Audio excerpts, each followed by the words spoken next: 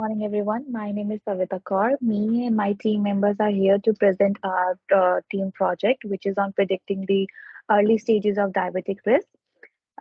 Yvonne, can you move to the next slide, please? As we all know, diabetic is a life-threatening disease which is spreading widely. WHO has also conducted a survey which they found that around 540 million adults in the age group of like 20 to 79 years are diabetic patients. And some of the patients are unaware of the diseases due to the lack of the knowledge.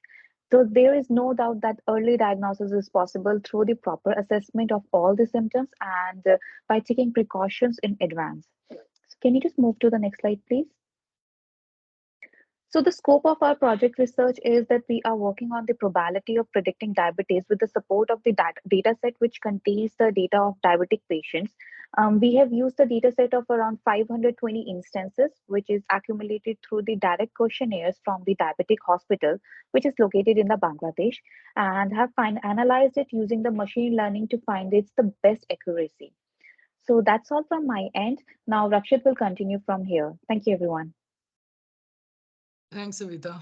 So this is the objective of our project. Objective is to support the patient in understanding that how diabetes can impact their lives and how can they can take the precautions to save themselves. And our aim is to provide like improve the quality of their life with this chronic disease which is being faced by the people. Next slide, Divan. Yeah, so this is the literature review. We did some study, and from the original study which we used, it used the machine learning algorithms. It used 11 machine learning algorithms, and the following algorithms which are listed below, like logistic regression, Gaussian process, and adaptive boosting.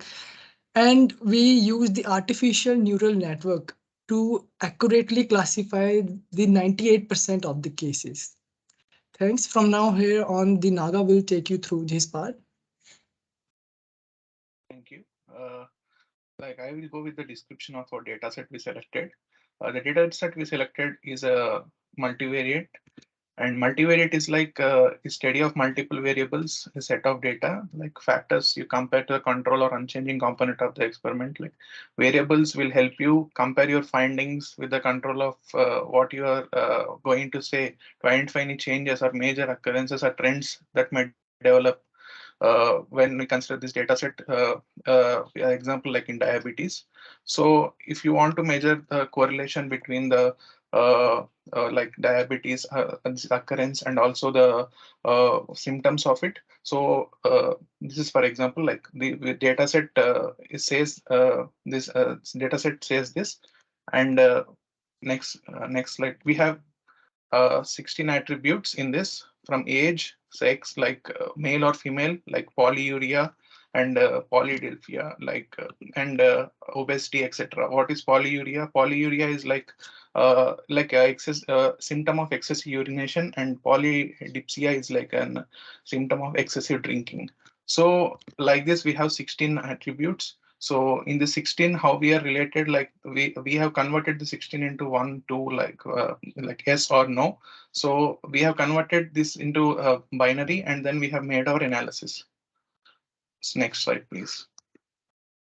So tools and analytics. So we used like artificial neural network for making this analysis. So as you see, the artificial neural networks are like layers. Layers are being made up of many interconnected nodes, which contains an activation function, and those mainly contains three layers. As you see, like input layer. The purpose is to of input layer is to receive a input, the value of explanatory attributes of each observation. Usually the number of input nodes in an input layer equal to number of explanatory variables. But input layer presents the pattern to the network which communicates to one or more hidden layers. Then hidden layer. Hidden layer applies given transformation to the input values inside the network. So the from the other hidden from the input networks, it will go to hidden networks. Then it connects with the outgoing arc like output nodes to other hidden nodes. In hidden layer, actually processing is done via a system of weighted connections. So there may be one or more hidden layers. The value centering in hidden node multiplied by weights is a set of predominant numbers stored in the program. So the weight inputs are added to produce a single number. And when you come to output layer, the hidden layers are then linked to output layer. The output layer receives connection from the hidden layer and from the input layer. It returns an output value that corresponds to the prediction of the responsible variable. In classification problems like this, there's usually one output node. Those activation nodes of output layer combine and change the data to produce the output values. Thank you. Next will be continued by my friend Ivan. Thank you, Naga. So on this slide, on the next couple of slides, I'm going to walk through you with the code that has been created by our team. So in order to create the model, we use Spider from Anaconda.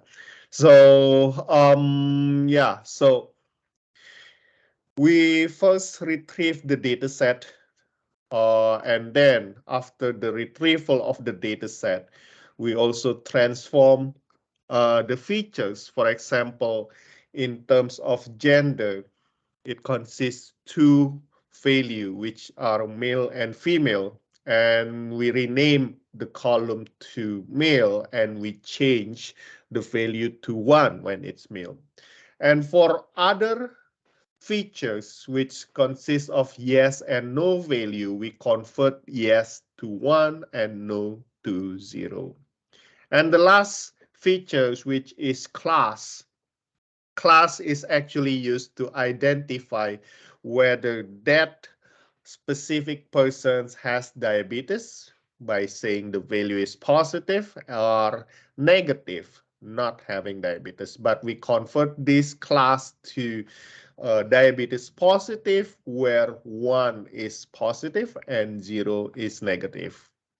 That is for the data preparations. And for the model creations, we're trying to predict the diabetes positive and all the features beside diabetes positive, we're going to try to get as an input features. And then we're going to split the train and test data.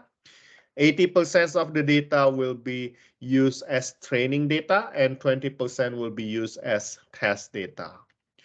We have one hidden layer, which consists of 256 neurons, and we use sigmoid activations functions. I'm going to show you the comparisons of these activations functions with all the other activation functions.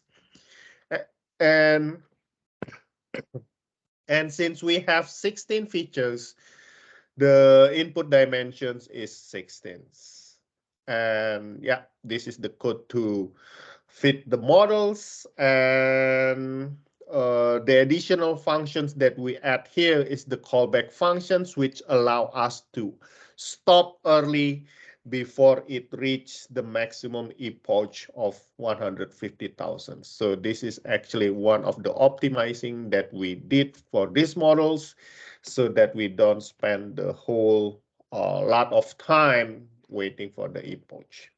And then we're going to display the plot into comparisons between training and validations plot.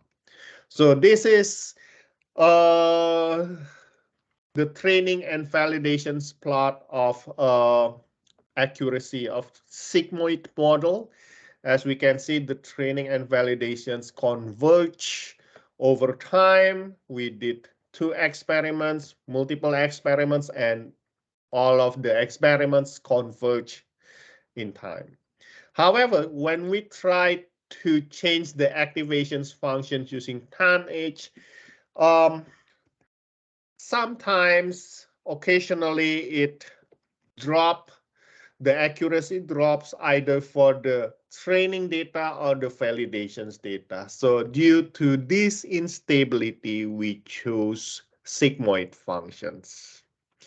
And because this is a classifications problem, we decided not to use ReLU activations functions. As we can see here, the training and validations data did not receive any sufficient accuracy or did not converge at all. Okay, so that's a bit about the model creations and comparisons of activation functions. For next, we're going to go to the analysis sections by Manish. Thank you, Evan. So I'll start with the analysis part. So first of all, as you can see, here is the workflow for the framework which we have used for diabetic predictions. And as you can see here, first we collect the data, and the data was pre-processed into distinct attributes. Those attributes, they were evaluated based on the two categories. One is train data set, and the second one was test data set. So we separate that data into two sets.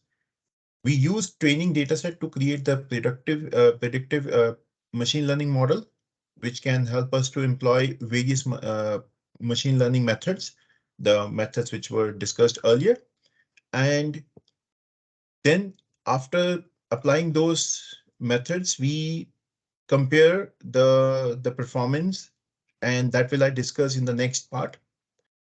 And then after the comparison, this data was ready to be used and it can be deployed on the web application based on the requirements. Now, next slide, please. All right, so here we can see the feature correlation map. So in this heat map, as we can see, every factor is correlated with the symptoms. So the highest value here is 1. So I'll discuss about the lowest, the diabetic positive. So as you can see here, in case of diabetic positive, we identify that after applying the model, we identify that polyuria and polydipsia, these are the main cause, can be a significant symptoms which can correlate with the diabetic positive patient. So this model help us to identify the symptoms at the early stage, and it can help us to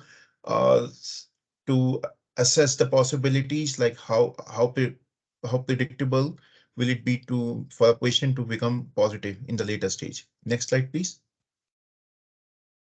Here again we have the sequence order from highest to lowest based on the symptoms. So as I discussed earlier, polyuria and polydipsia are the highest common factors, whereas alopecia and being a male, it's the lowest probability of having the disease. So this is all from my end. Now I would like to ask Saurav to discuss the next part. Thank you. Thank you, Manish. For analyzing and generating graphical reports, we have used Power BI as the analytical tool. And with the help of 500 data entry and 16 features, we were able to analyze our data very effectively with 8 graphical representation in our presentation. After analyzing our data set, we were able to match with the facts with big researchers has given to the diabetic cases studies like UK Diabetics, NCBI, and few more. The first graphical representation explains the average age of man and female in our data sets. The average age of male is 48.61, whereas for female it is 47.03. The next three graphs relates with the study of UK diabetics, the feature that we have used in our data sets as obesity. 61 people patients who were found positive with the diabetics are facing with the obesity as a big problem, whereas 27 people didn't have this problem. Surprisingly, we were able to carry out that the average obesity of males and females in our data sets is same. The another major problem with the diabetic positive patient is weakness. And researchers like NCBI have found that 80% of the positive patients feel weakness and don't feel to do any physical work in their daily lives. In our analyzing, we found that 218 positive people are dealing with weakness in their daily routine, and they are not able to do any physical, or they are not intended to do any physical work. We have seen significant high numbers with the diabetic cases like polydipsia, weight loss, and visual blurring with 225, 188, and 175 as a number. Next slide, please. So the last, the conclusion, we were able to carry out three conclusions. The first one is establishment different attributes and possible symptoms which can be used as an evaluation parameters to predict the diabetics of individuals. The second conclusion is the establish a correlation between different factors that can predict a pattern in identifying diabetes in early stages using an artificial neural network ANN. The third and last, the conclusion is based on our observed result, we were able to forecast the existence or absence of diabetic based on the symptoms with the model error of 0.076 and accuracy of 98.076 using the sigmoid function. Next slide, please. These all the are the references that we used in our presentation as well as the reports. Thank you. That's all from Team 6.